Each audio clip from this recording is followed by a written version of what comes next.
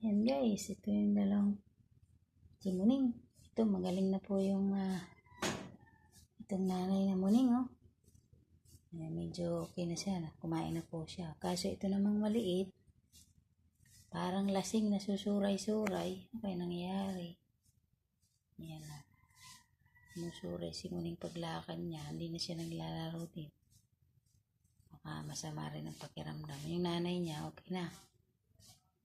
Pero yung kanyang anak naman, susuray-suray naman si Muning na maliit to. Muning! Muning! Pero kumakain na po ito si Muning na malaki. Ayan, oh. Kumain na siya ng karang araw. Kahapon. Ayaw siya. O, nung isang araw, ayaw kumain. Pero ngayon kumakain na siya. Kaso ito naman, si Muning maliit, susuray-suray lumakad.